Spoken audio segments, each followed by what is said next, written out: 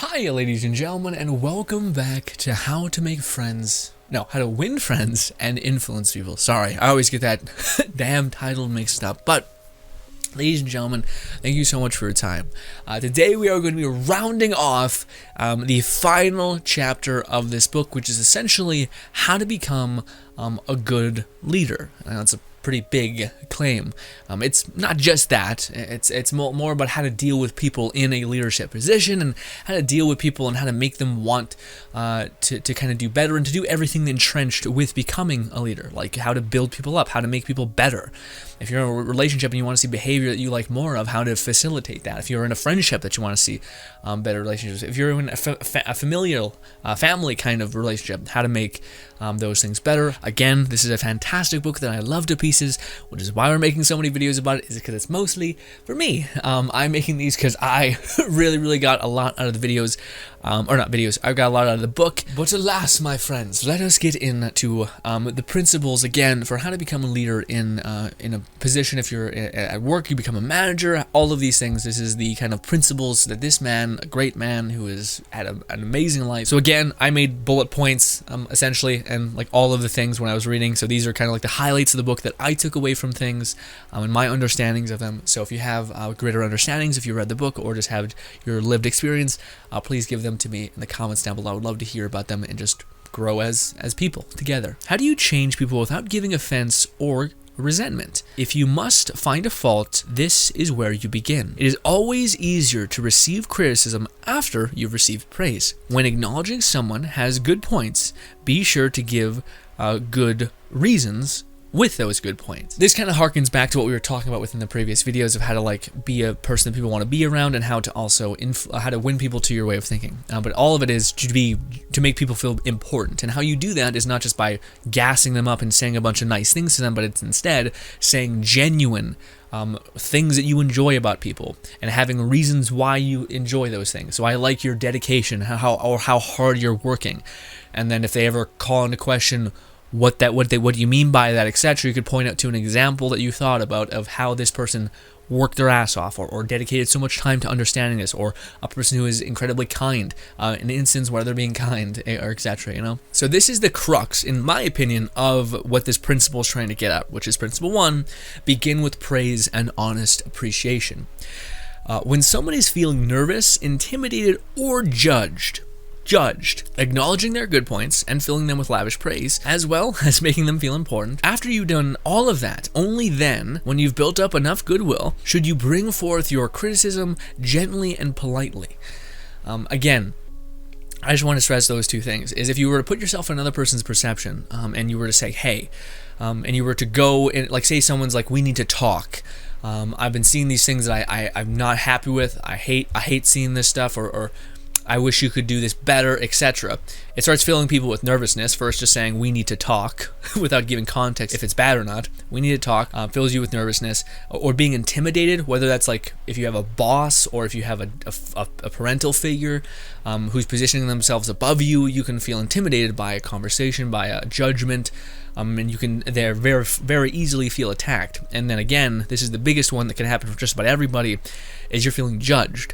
And oh my God, is it out of all the things I've seen in my life, people do not react good at all to being judged. They close up, they seal up, they don't want to be around you anymore because of thousands of other reasons, because you're looking for the worst. And no one wants to be around someone who is looking for the worst. So yeah. But what can disarm all of those things? Nervousness, intimidation, all those things.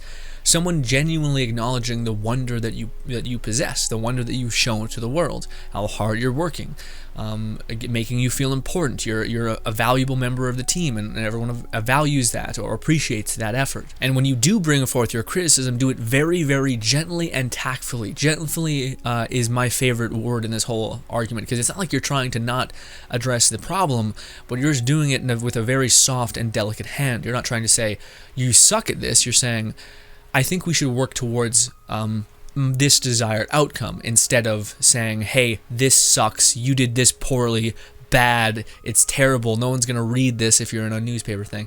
Instead of being like, okay, well, this is the kind of thing that I want more of, and this is what we're gonna try to aim towards. And the problems, I wouldn't even say problems, but the things I think we should change are this. Or do you think these things should be changed? I see them as being not great. Maybe I'm wrong. All those kinds of things. And we're going to talk about why I'm saying things like that in probably the next part. Yeah, we are. One more thing. Beginning with praise is like a dentist beginning with Novocaine. It's a numbing agent. The patient still has to get the drilling done to their teeth, but at least it's painless because of the Novocaine. And that's the best way to describe. Basically, people could say this as like buttering somebody up. I don't think it's supposed to be that way. I think that's the wrong term. I think he puts it in a better way, which is principle 1, begin with praise and honest appreciation. Buttering someone up is like gassing them up for like, oh, you're going to be great. You're doing great here. You're fantastic. By the way, you were late 4 times this week. If you do that again, you're fired. You know, it's like, I'm not sure if that's exactly how it works. Where if you were to be like, I appreciate how hard you're working. I would appreciate it as well if we could maybe get here on time and things like that, you know. And again, there are times when I don't think this needs to be said, but there are times when you don't need to be super, super delicate if people are not being delicate to you. But at the same time, that's only going to perpetuate more and more not delicacy.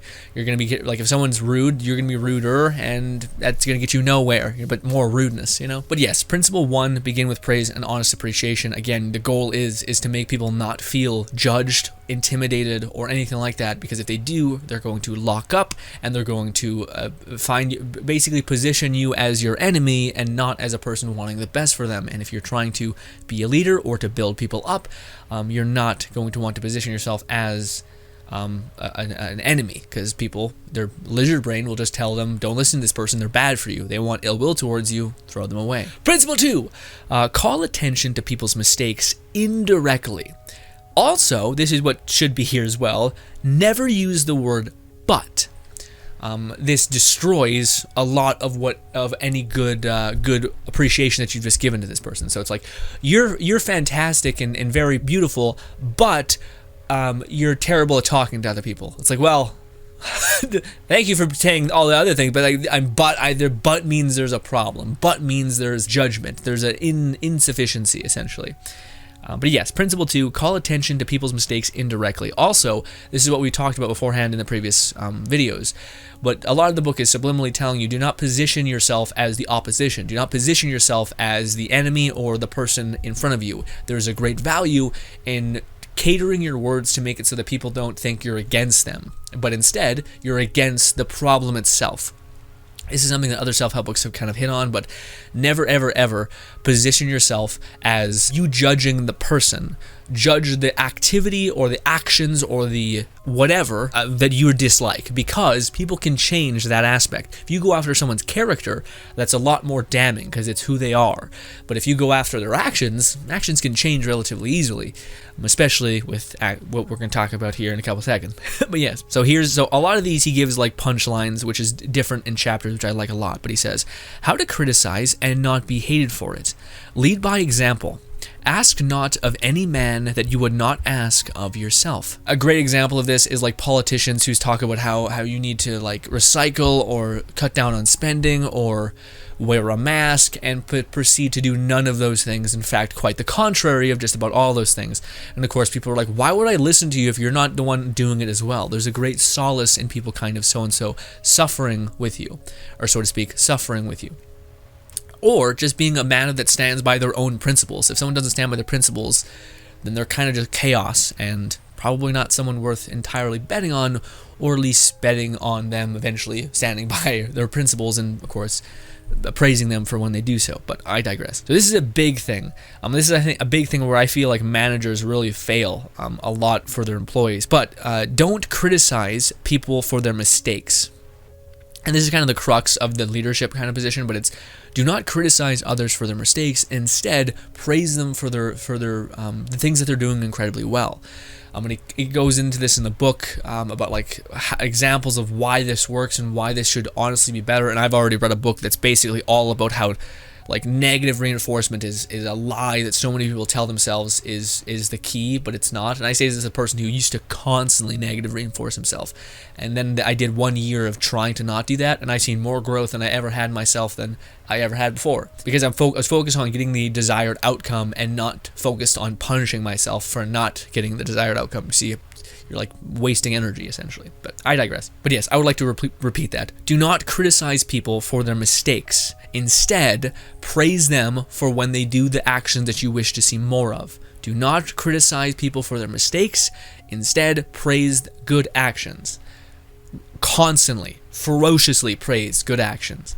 And this is the biggest one, I think. This is the one that I got from this, which I don't know why it's really in here, because it's kind of like a subliminal, big, separate principle.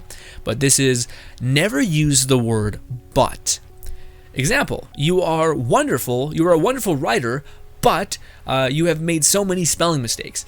And instead, if you said, this is something he gives better examples, but he said, instead, if you were to say, you were a fantastic writer, and I would like to work on making less spelling mistakes, because it makes us look a little unprofessional, which I know we can tighten up, no problem. So yeah, but change, and then he gives an incredible example in the book, and I'm hoping I can remember it, but essentially, a parent basically kept having problems with their child not functioning the way they wanted. He was excelling in piano practice, but he was not doing really well with a specific class. I think it was like math or something.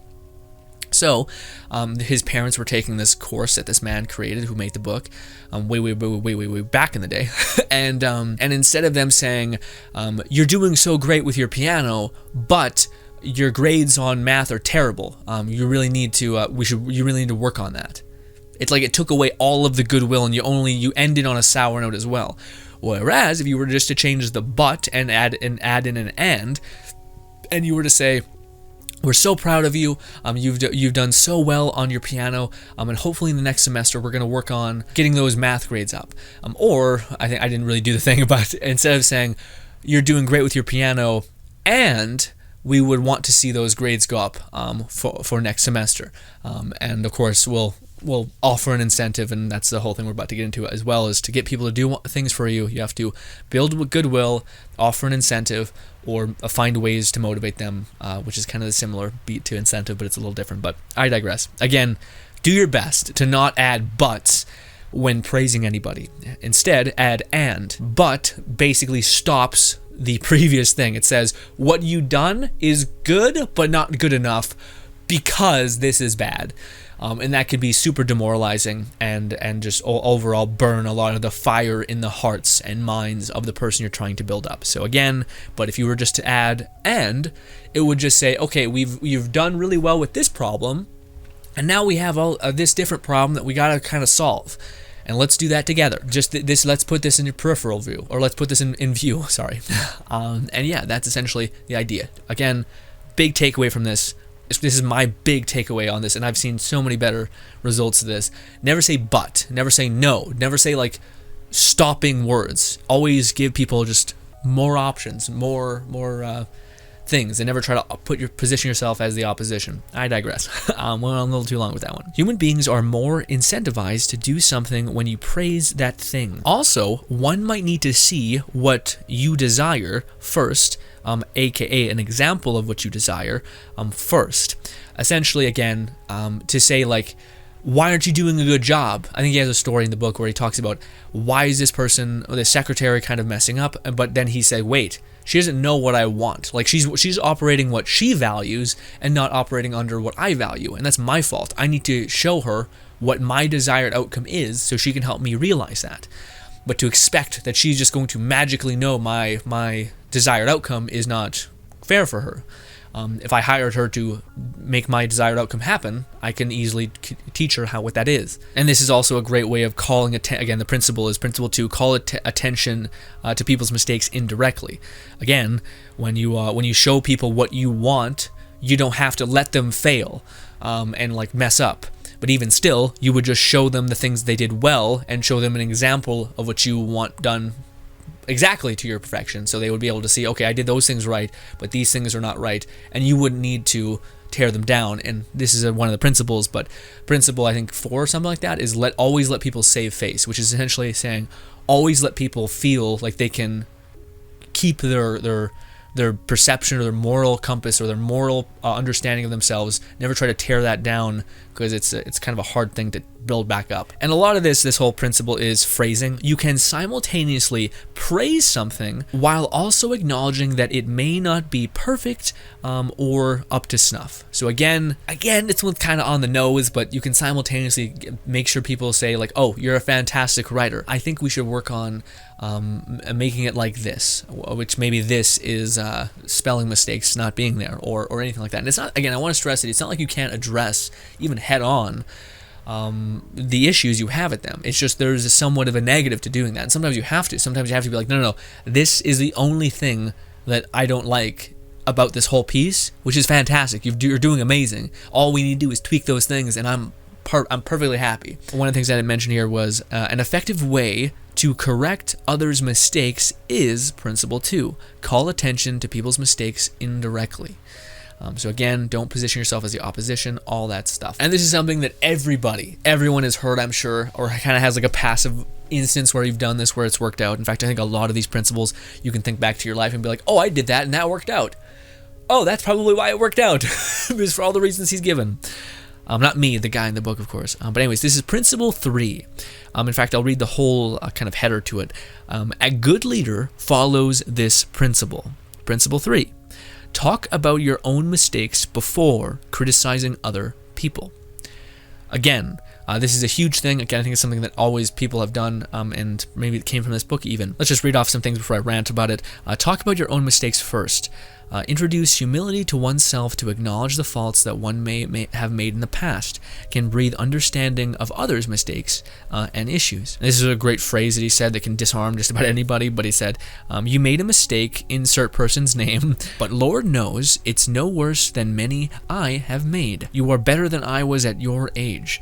Don't you think it would have been wiser if we had done it this way? Or don't you think it might have been clearer if we would have done it this way, etc. It is easier to listen to one's fault if they themselves show that they are far from impeccable. If you somehow forget that one should praise someone before introducing a criticism onto them, then it is not too late. Share one's own shortcomings and then introduce lavish praise and importance to them. I want to talk about that one in a hot minute. You should begin by talking about one's own shortcomings and your opponent's superiority, and then talk about their shortcomings. So that's the way the system should work. So in the story, it's actually great. I remember it pretty vividly. He talks about how, just kind of to cement this rule as being so important, he talks about how there was this king, this story, and this is actually like a real story. There was this king who essentially made a bunch of problems. He made a bunch of enemies. He became king, and he started just being cruel and like getting into talking about a bunch of other world leaders terribly. And then the whole press, or there started to be like military rumblings happening, and his whole country was like, dude, stop saying bad things about other leaders or we're gonna get into war. And this king had an advisor, and his advisor was trying to basically say, could you take the blame for me? Like, I said all of these horrible things on TV about all of these world leaders being shitty. Could you say that like you were telling me those things, and etc. And I think the advisor was like, you were the one who started basically being a blunder and just started spouting off all of these silly things, and you're causing all these problems. And then the kind of like hand of the king was like, oh shit, I didn't mean to like say negative things. So then the king started seething, and the king said, oh, you think you're smarter than me? Like, oh, you must be thinking you're so smart about how all of this stuff work. And he started getting offended essentially. And then the person was like, uh-oh, shit, I'm about to get beheaded or something. So he was like, okay. And it's such a cool line, and I wish I would have wrote it down, but essentially the advisor says, you know what, to some extent you're right. I do think I have a pretty good understanding of like basically communication skills. Like, I'm pretty good about communicating with all other forces and other powers but you have such a brilliant understanding of science, which I could never, or you have an understanding of new technology better than I could ever possibly understand, and your brilliance about this and that goes far. But I do think I have a good understanding about how to communicate, and how human psychology works a great deal because of my past actions. And it's amazing. The king turned to his right hand, essentially, or like his second in command, kind of like advisor, after saying all of these things, and he said, we make a good team. I'm not very good at speaking or whatever, or I'm not good with political issues, and you're not good with science and all of these educations and whatnot. We complete each other. I always said that. And then he trails off. And then I think he actually proclaimed or something like, if anyone comes after my advisor, I'll punch you in the nose or something. It was something to the effect of like, this guy made a blunder. He led with criticism rather than first like making sure people know that I think great of you, I think you're wonderful, I think you're very strong in these aspects, but these are the problems that I see with you. Could we work on them? Instead of doing anything like that, he led with criticism, rightfully so. The dude was being a jerk and like trying to make him take the fall. But so he led with criticism, but quickly recovered when he noticed the problem, like people were going, shit was getting bad, and then he self-emulated. He talked about how his own weaknesses about science, he didn't understand them very well.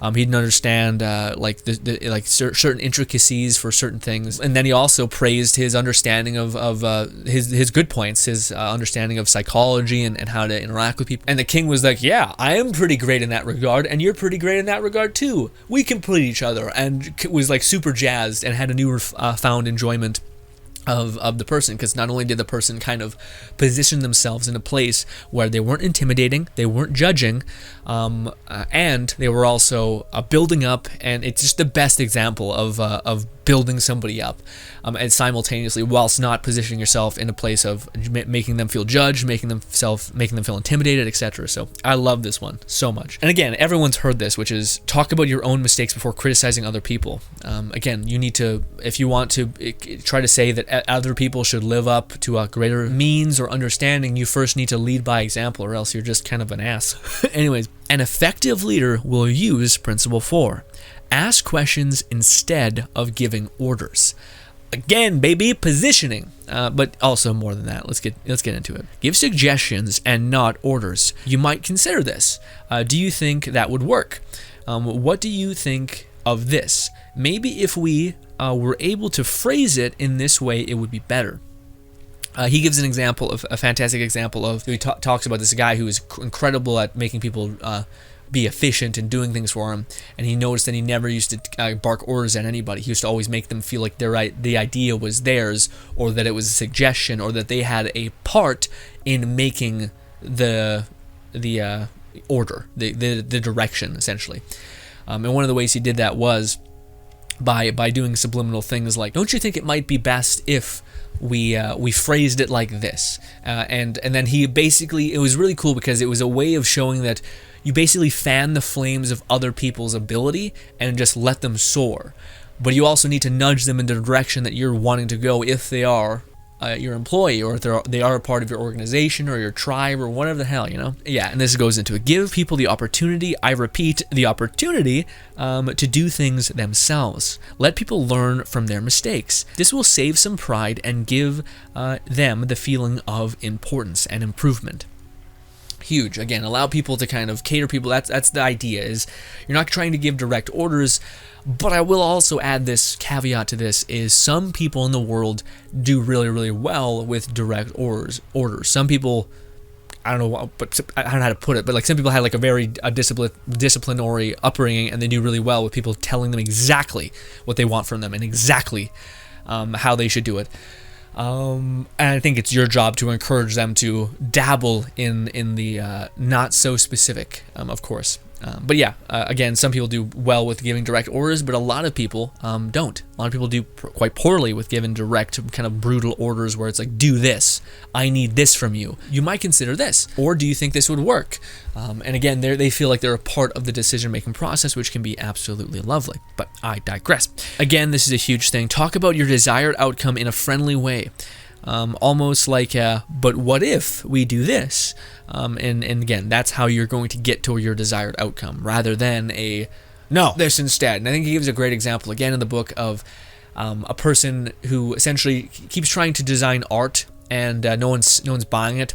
So then he goes to a person, and the person actually says, well, actually, I think this art would look better this way. And then the artist actually does it exactly the way he wants it, and the guy buys his art immediately.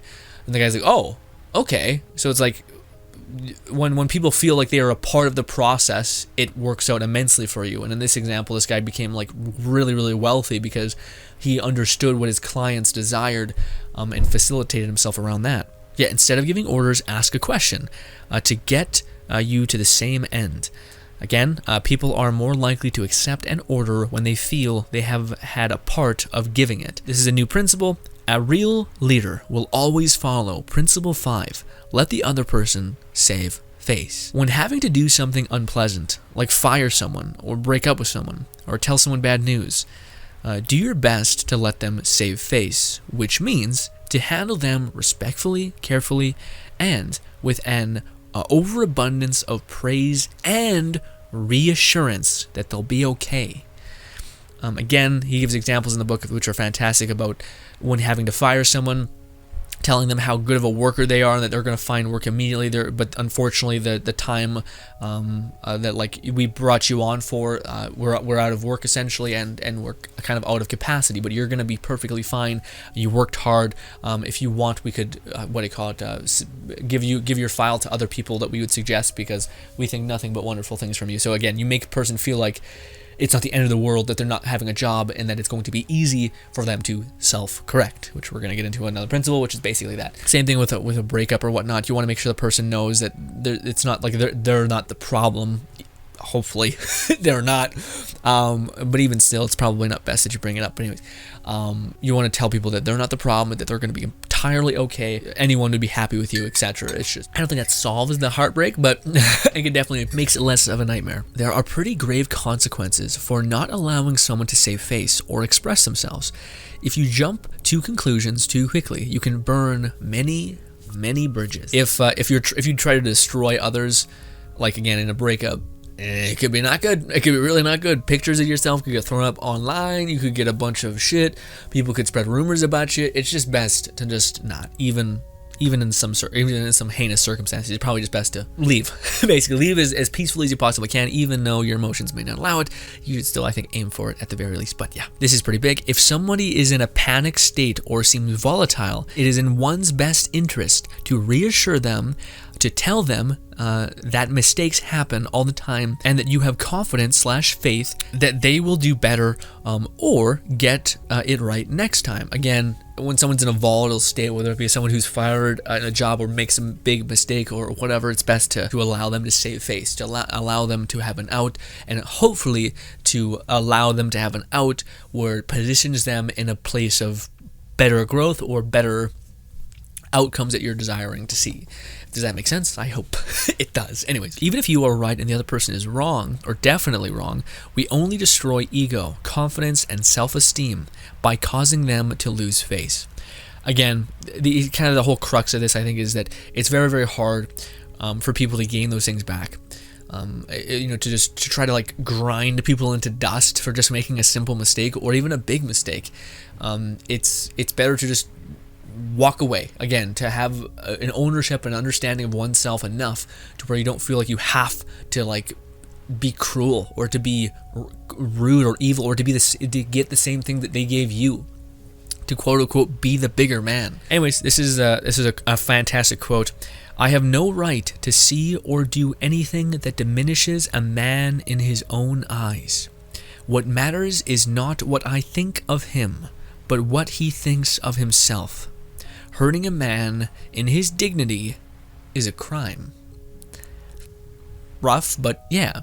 So that's principle 5. Let the other person save face. And again, I could rant about this forever, but and I know it's not something to say that it's easy. Someone's done something cruel to you or awful. It's not easy to say, to like be the bigger person and to walk away, or to again make them feel like they're going to be okay. But it is not a question of if that's an easy thing to do. It's a question of, is that the best thing to do, is to make sure you don't have an enemy in the world. or a person who thinks that you're cruel and would want to harm someone who is cruel, etc. So, yeah. And again, hopefully people remember the fact that you let them save face. Now, yeah, there are some people who just will be mad at you anyway, and I think the challenge is trying to make less of those people, generally speaking. And this is the whole thing before this. To become a more effective leader of people, apply Principle 6. Praise the slightest improvement and praise every improvement. Be hearty in your approbation and lavish in your praise. This is what we were kind of talking about at the beginning. I kind of squeeze these in because, yeah, they kind of start melt. Like, again, if you read the book and you like review it, things meld into each other. And if you're listening to the book or reading it, you'll see how like examples have the previous pillars or principles in them. Begin with praise. That's what I was talking about. But this is where this is the one where it kind of really comes alive, at least to me. So this is how you spur people to succeed. Praise even the slightest improvement. That inspires the other person to keep on improving. So the goal is to praise someone to the point in which they want to keep trying. You see this with kids a lot, whether that be like a person who doesn't want to go to soccer practice, and their parents say, "How was soccer practice?" "It was fine." "Cool." Or it's like, "Oh, but it was so amazing when you did this, this, and that. You're improving. That's wonderful." And they're like, "Yeah, I'm improving." So there's stuff like that. And then even as adults, people can feel diminished, especially when failure comes knocking. So to be the kind of person that builds people up and says, "No, you're making an incredible improvement. Your effort is not wasted. It's there, and it's a shame that you're not seeing it." And then to show them, it can be a huge thing. At least, and that's been my experience. Here's a lovely quote said by a person that I don't know who they are because I didn't write down the names because names are complicated. Anyways, praise is like sunlight to the warm human spirit. Yes, praise is such an important thing. Think about how a simple bit of praise has changed your life in a given direction. Praise, recognition, and reassurance can change someone's whole life.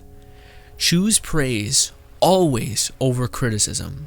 I repeat, choose praise over criticism. Praise makes good habits flourish and lets bad ones atrophy for getting no attention. Don't just flatter someone. Point out specifically why what someone is doing is good, great, important, fantastic, or necessary. Basically, singling out a specific accomplishment. Here's another wonderful thing. Abilities wither under criticism, but they blossom under encouragement. It's kind of like a thirst thing. Like if you want to be thirsty before you get water, if you get an abundance of water, it starts becoming less. But at the same time, you can kind of count on the world to point out the problems. Like there's a higher likelihood of people pointing out the shit rather than a person pointing out the good things that you're doing. But I digress. Again, huge. Principle 6, praise the slightest improvement. And then of course he goes more into it. Praise even any improvement. Praise any good improvement that you want to see more of. Great. Okay, now there's Principle 7. And here's the thing into there. If you want to exceed in a difficult leadership role of changing the attitudes or behaviors of others, use Principle 7. Give the other person a fine reputation to live up to. And then he has this quote, which is a little brutal. It's give a dog a good name, aka give a person a good reputation to live up to, a high ceiling for what could be their success. If you want to improve someone's traits or virtues, then act as if they have traits or virtues that you think they have the capacity to have. If they have none, assume they have one. You have no idea what kind of treasure exists within you. Yeah, this is a story that was wonderful. It was all of these housewives used to get together, and there was this woman who looked a little, just never took care of herself, kind of looked a little, didn't take the effort to put on makeup or anything like that, or make a dress. And I think she had I think that's what it was. She had maybe had like a scar on her face or something like that. But one of the ladies came up to her and said, "Sweetie, you have no idea what kind of treasure you have in you." I think it's because she was always a part of it and like helping, like make tea and whatnot. And after that, the girl started just like taking care of herself really well, putting on makeup more, getting nice dresses, and yeah, looked gorgeous, essentially. So she gave her like the ability of like, hey, you may think you don't look that great, but you have the capacity to look beautiful, like absolutely beautiful. And then of course the girl rise to the occasion. She started like, yeah, maybe I do. And then she tried to put on a dress and tried to put on some makeup and cut her hair in a way, and she looked gorgeous, And yeah, there's plenty. This was a chapter filled with like examples, and all the examples were, again, giving a person a fine reputation to live up to. Give a person, again, we kind of read this in the previous part, but it's giving people applied moral value, essentially. Or that's even the weirdest thing to say. It's kind of like giving people a ceiling, like it says, a ceiling of growth, of like, I know you have the capacity to be an incredible employee. I know you have the capacity to be an incredible basketball player. I know you have the capacity to be a great salesman. All of these things. And then, of course, going into specific details of why they exhibit that. And again, that's the second one, is praise any improvement and every improvement. Especially when trying to convince someone that they can achieve greater and greater. And ladies and gentlemen, this is the last. I said, I think in a couple of parts, that this is also 12 parts. No, or also 12 principles. No, this is 8. So forgive me, I was wrong. But if you want to help others to improve, remember Principle 8. Use encouragement. Make the fault seem easy to correct. Oh no, sorry, there was 9. There was 9 once. Anyways, it's funny because I have my dad is big into this, but it's essentially to make people feel like if they did mess up, it's totally okay, and it's not going to happen again. You're going to be fine, etc. Because people have a way of eating themselves alive and saying, "Oh, I messed up. I'm the worst. I'm never going to be able to do this, and it's your job to be like, no. It was just a little old mistake. All you gotta do is not have that happen again. Focus on how to not have that happen again, and not how to be mad at yourself for having it happen. Focus on the future. Move forward. It's just a small tweak, and then we'll get right on through. It's all that kind of stuff. Anyways, make a fault seem easy to correct. Reassure someone that they're on the right path, and it's a very easy thing to fix. Praise the things someone does right, and minimize the errors. Give people encouragement. Create incentives to improve. Make the thing seem easy to do. Make sure the other person knows you have faith in their ability to do it, and that they have an unrealized flair for it. Again, Principle 8. Use encouragement, and make others' faults seem easy to correct. Again, use encouragement is just the idea of constantly making people feel like they have the ability to do the things that they may be criticizing themselves that they can't do, and of course making the faults when they somewhat or inevitably fail seem easy to correct, so they can keep moving forward and all that stuff. Ladies and gentlemen, this is Principle 9. This is the header before it. People are more likely to do what you would like them to do when you use Principle 9. Make the other person happy about doing the thing you suggest. And this is kind of the whole structural thing about this whole bit of business, but it's make people glad to want to do the things you ask. How do you do that? Well, here we go. Let others think it is both your ideas and or of benefit to both parties, if not just to the other party. So it's basically if you want anyone to do something for you, you have to make an incentive. You have to make sure that they are getting theirs. And yeah, ideally you're getting yours and they're getting theirs. Sometimes you just need to make sure that they're getting theirs as well, or that's all you need to talk about. You don't really need to talk about how you're gaining from it, but you could if you wanted. You must give incentives to others if you want the task to be completed properly. Example, if you do this problem, I will give you X, i.e. work, jobs. If you do what I ask of you, you will get money, you'll be able to support your family, all of these things. To make people happy to take a loss, convince them that there is no loss. Again, the idea is that you're trying to find motivations, like if you know what they're looking for, what they want from life. If they're into self-growth, you could tell them about this retreat, and yes, they're going to lose out on some work, but they'll be gaining this overabundance of self-improvement, if that is something that they're interested in. And if you know their motivations, then you can know what they're willing to, what they value more, and what to give them, and then they'll act in the way that you want because you know what motivates them, and you're not even taking away from them. You're just giving them more information about what they would want and what to be willing to give. Before asking someone to do anything, always think of what kind of incentive they may want, need, or desire to be happy to do the task. So if you want someone to do something, what would they need to gain in order for them to want to do the things that you ask?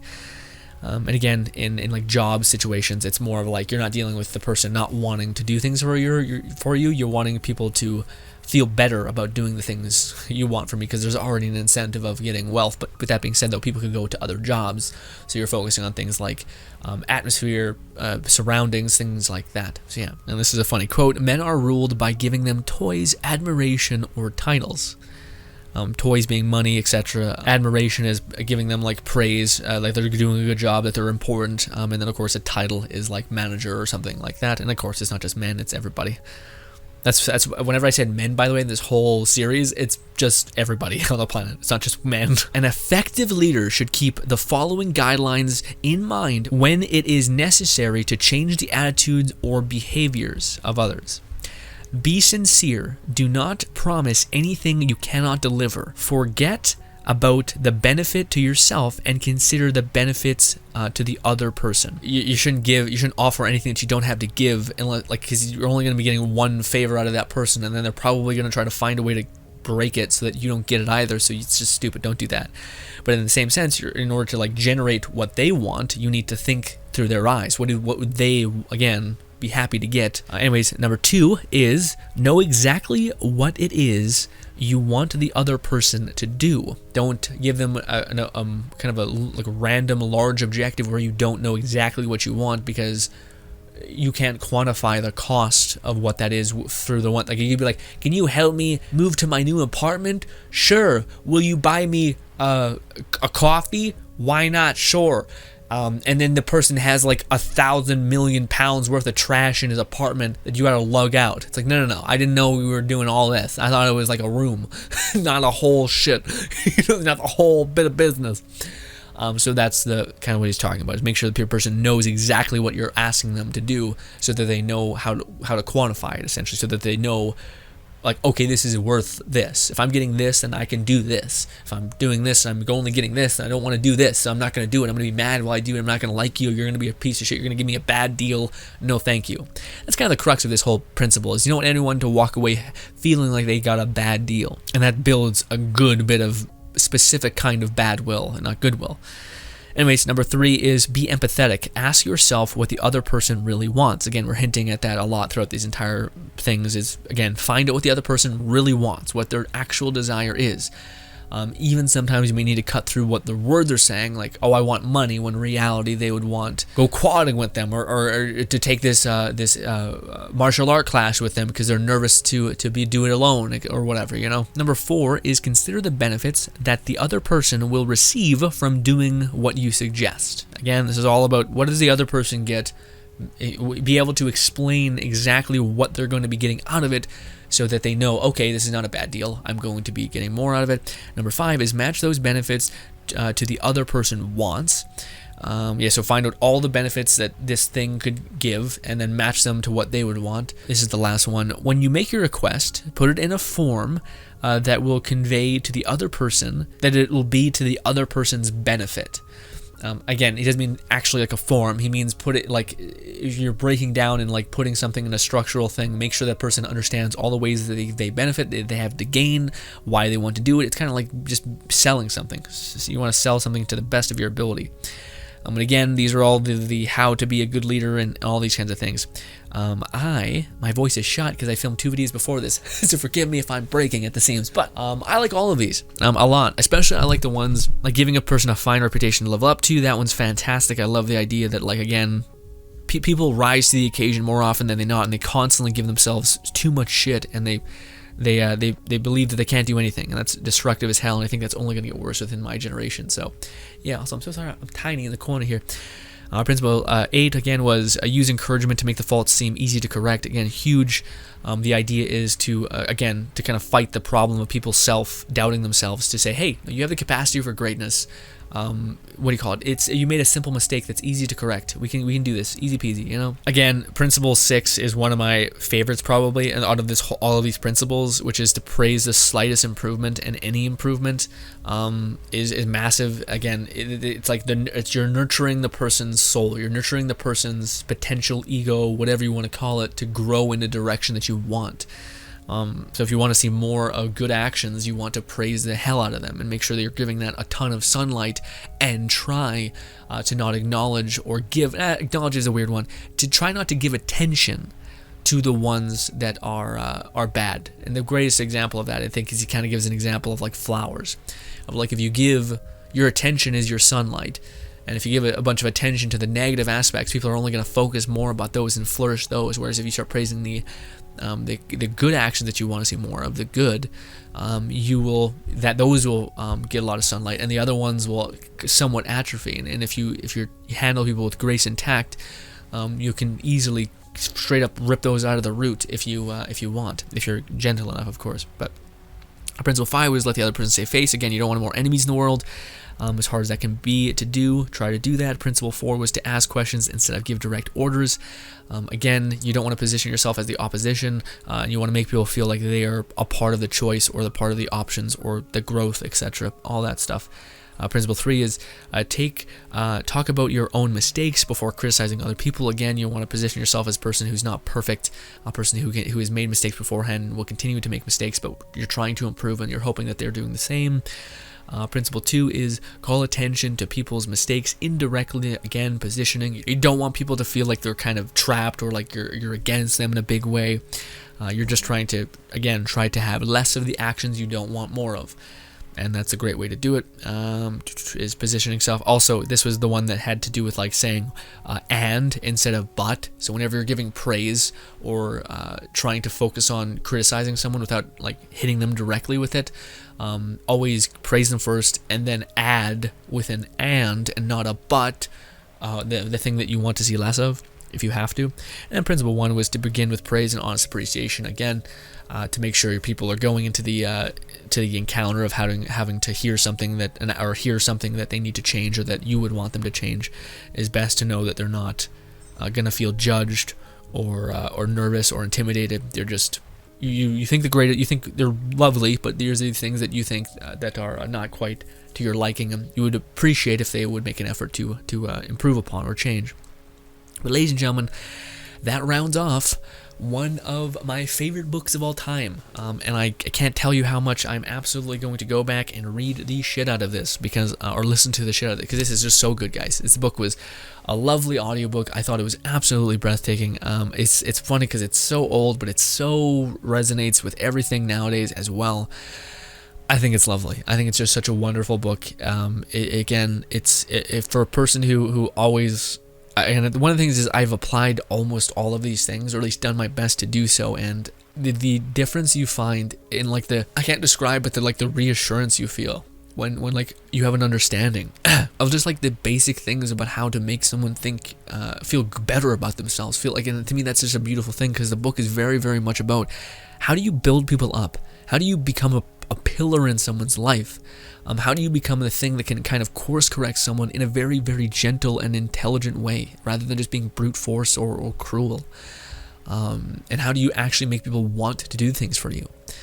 How do you make people like being around you, and build people up and make people feel like they want to be in the kind of sunlight that you're projecting? That's a beautiful thing, and I find that is... to give that to other people is also a wonderful thing to witness, because some people in the world, man, they're just all they're around is despair and like people who are shit to everyone around them, including themselves.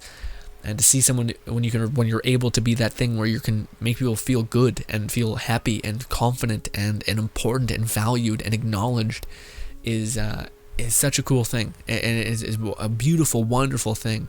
And I'm happy to report that a lot of times when you do that, people do that back to you. And I'm sure there's some people who wouldn't, but I think that's the journey. There's going to be people. A lot of people could react to this whole series and be like, yeah, but you're not being fair to the other darker parts of the world. Yeah, but I feel like that's the whole motions of the oceans of life. There's always going to be people who are just cruel and psychopaths who feel nothing. But I feel like it's on you as a human being to try to weather that storm. To say, yeah, there are people who are just going to be cruel for the sake of being cruel. but I still think it's a better way of getting to them, reaching them, pulling them back from the dark, dark place wherever they are, doing it this way with like grace, tact, and genuineness, and to build the person that you are, the man that you are, to be strong enough to weather all the insults and all the cruelty, to reach them. But that's just my kind of thought of the world. But yeah, I don't doubt that there's a lot of people that a lot of these things would not work perfectly on. I think they're few and far between, though, and I even think, again, I think you could still reach them if you were just held out long enough, you know. But the question is, can you become a man that can endure to the extent in which you can do that? I'd hope to say that I can be, but we'll see. Ladies and gentlemen, thank you so much for your time. Hopefully you guys do enjoy the rest of your day. Thank you so much for putting out with me. I love this book so much. Hopefully, guys, give it a read if you happen to have some time. If you have a flight or a trip coming up or need to listen to an audiobook, the audiobook is breathtaking and wonderful, and it's super clear and good. Thank you so much for your time, guys. Hopefully you do enjoy the rest of your day, and goodbye.